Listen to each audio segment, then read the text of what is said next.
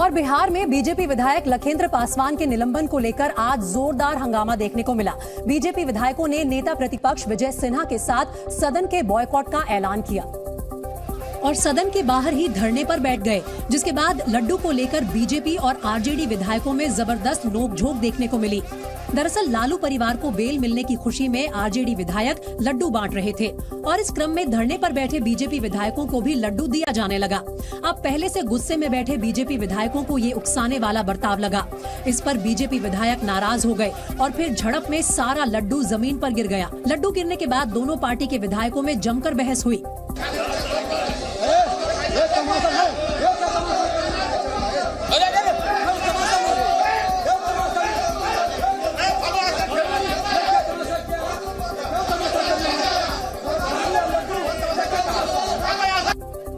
जिसके बाद बीजेपी विधायक दल के नेता विजय सिन्हा ने आरजेडी पर गुंडागर्दी का आरोप लगा दिया। अंदर में भी गुंडागर्दी, बाहर में भी गुंडागर्दी, ये कतई स्वीकार नहीं होगा। मामला यही नहीं रुका। बीजेपी ने विधानसभा अध्यक्ष की कार्रवाई के खिलाफ राजभवन मार्च भी किया और विधानसभा में सत्ता पक्ष पर तानाशाही के आरोप लगाए। लड्डू पर छिड़ी जंग और राजभवन मार्च के बीच बिहार विधानसभा की कार्यवाही आज बिना विपक्ष के ही चलती रही, जिसके बाद कांग्रेस विधायक दल के नेता अजीत शर्मा ने बीजेपी विधायकों को मनाने का जिम्मा उठाया और खुद प्रदर्शन कर रहे बीजेपी विधायकों से मिलने पहुंचे। अजीत शर्मा ने बीजेपी विधायकों से सदन की कार्यवाही में शामिल होने की गुजारिश की और बॉयकॉट खत्म करने को कहा, जिसके बाद बीजेपी विधायकों ने भी अजीत शर्मा की गुजारिश को माना और विधानसभा में चल रही कार्यवाही में शामिल हुए। यही बात कल होनी चाहिए था, जो बात आज हुआ। विपक्ष की आवाज को दबाना कहीं से लोकतांत्रिक व्यवस्था में उचित नहीं है। अगर यही चीज कल होती, एक लखेंद्र पासवान दलित के बेटा को सदन से बाहर नहीं किया जाता। बीजेपी विधायकों के सदन में पहुंचने पर सत्ता पक्ष में भी थोड़ी नरमी दिखी और खुद संसदीय कार्य मंत्री विजय सिन्हा ने मामले को खत्म करने के लिए विधानसभा अध्यक्ष से गुजारिश की। कभी कभी भावावेश में कोई घटना घट जाती है, हमने कल भी कहा था। अब मजबूरन आपको कुछ अनुशासनिक कार्रवाई करनी पड़ी। और वाराणसी में देश का सबसे हाईटेक क्रिकेट स्टेडियम बनेगा। बीसीसीआई ने स्टेडियम के लिए 31 एकड़ जमीन का अधिग्रहण कर लिया है। 300 करोड़ रुपए की लागत से यहां क्रिकेट स्टेडियम बनाया जाएगा।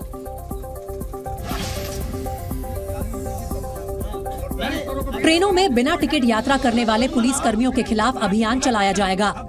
पूर्वोत्तर रेलवे ने एक निर्देश जारी किया है, जिसमें बिना टिकट यात्रा करने वाले पुलिस कर्मियों की जानकारी देने को कहा है।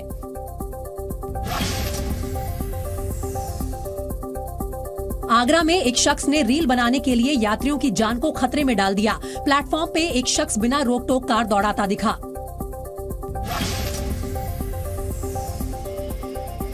यूपी के गाजियाबाद में दिल्ली के कंझावला जैसा मामला सामने आया। यहाँ एक कार ने युवक को टक्कर मारने के बाद कई मीटर तक घसीटा।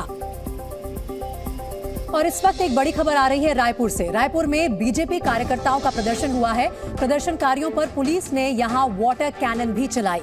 बताया जा रहा है कि पीएम आवास योजना की मांग कर रहे थे बीजेपी के कार्यकर्ता। इस प्रदर्शन के दौरान बीजेपी ने रायपुर में विधानसभा का घेराव करने का ऐलान भी किया था और इससे ठीक पहले ही पुलिस ने बीजेपी कार्यकर्ताओं को रोक लिया, जिसके बाद हंगामा शुरू हो गया। देखते ही देखते पुलिस ने बीजेपी कार्यकर्ताओं पर वाटर कैनन भी चलाई, जिसके बाद काफी देर तक हंगामे के हालात रायपुर में बने रहे।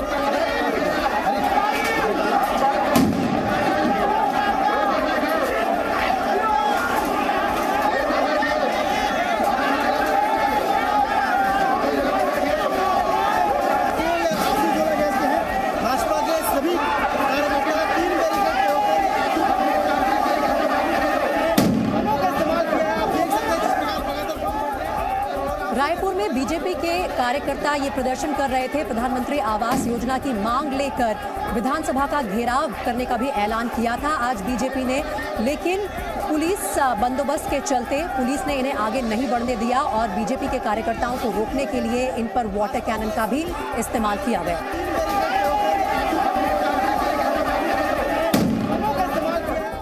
वहीं मध्य प्रदेश के विदिशा में 60 फीट के बोरवेल में फंसे लोकेश नाम के बच्चे को आखिरकार नहीं बचाया जा सका। करीब 24 घंटे तक चले राहत बचाव कार्य के बाद लोकेश का शव बरामद किया गया, जिसे नजदीकी अस्पताल ले जाया गया, जहां लोकेश का पोस्टमार्टम किया गया। विदिशा के खेरखेरी पठार गांव में लोकेश नाम का बच्चा एक 60 फीट के बोरवेल में गिर गया था और करीब 43 फीट पर जाकर फंस गया। प्रशासन को जैसे ही पूरे मामले की सूचना मिली, जिला अधिकारी उमाशंकर भार्गव सहित पूरा अमला घटनास्थल पर पहुंच गया, जिसके बाद बचाव कार्य शुरू किया गया। बच्चे को ऑक्सीजन पहुंचाने की व्यवस्था भी की गई और साथ ही रात में भी लाइट की मदद से बचाव कार्य जारी रखा गया। लेकिन करीब 24 घंटे की मशक्कत के बाद भी लोकेश को बचाया नहीं जा सका। प्रदेश के मुख्यमंत्री शिवराज सिंह चौहान ने भी घटना पर दुख जताते हुए पीड़ित परिवार को 4 लाख रुपए की मदद देने की घोषणा की। उमेश पाल हत्याकांड को अंजाम देकर क्या आरोपी अतीक अहमद पछता रहा है? क्या उसने गलत वक्त पर हत्या करवाई? ये सवाल इसलिए उठ रहा है क्योंकि साबरमती जेल में बंद अतीक अहमद से जुड़ा एक बड़ा खुलासा हुआ है, जिसके मुताबिक पुलिस को एक सफेद पोश शख्स की तलाश है जो अतीक अहमद का करीबी है। अतीक अहमद साबरमती जेल के अंदर से ही उस सफेद पोश को फोन करता था और सियासत का हाल लेता था। क्राइम ब्रांच और एसटीएफ ने उसके कॉल को ट्रेस किया और जो बात निकल कर आई वो हैरान करने वाली है। उनकी बातचीत से लगता है कि अतीक अहमद उमेश पाल की हत्या कराने के बाद उलझन में है। शायद उसे लग रहा है कि हत्याकांड के लिए गलत वक्त चुन लिया था। पुलिस सूत्रों के मुताबिक उमेश पाल की हत्या के बाद अतीक ने उस सफेद पोश से कहा था कि टाइमिंग गलत हो गई। यही नहीं, Atiq Ahmad FaceTime app के जरिए उस शख्स को वीडियो कॉल भी किया करता था। एक कॉल में अतीक उस शख्स से कहता है, सुबह से 100 बार फेस टाइम पर बात करने की कोशिश कर चुका हूँ, उठाते क्यों नहीं हो कॉल?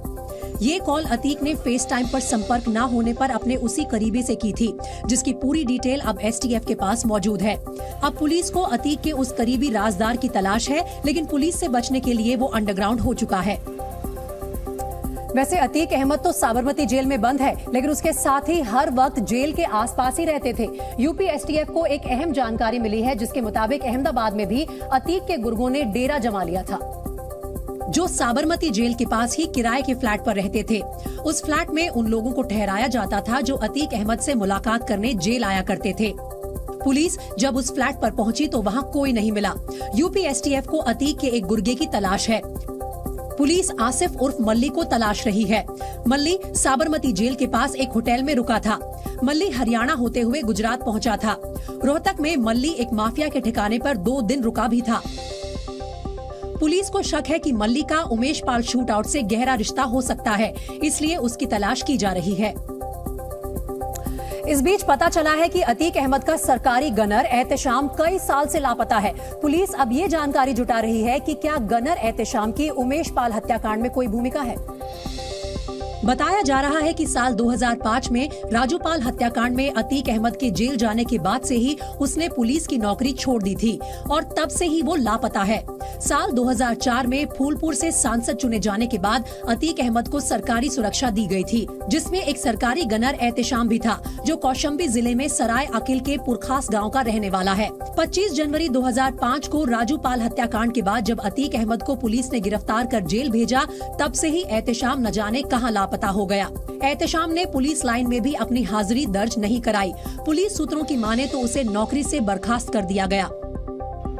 पुलिस एहतेशाम की कुंडली खंगाल रही है। कौशाम्बी पुलिस पुरखास में उसके घर भी गई थी। जल्द ही उस पर भी इनाम घोषित हो सकता है। जी न्यूज़।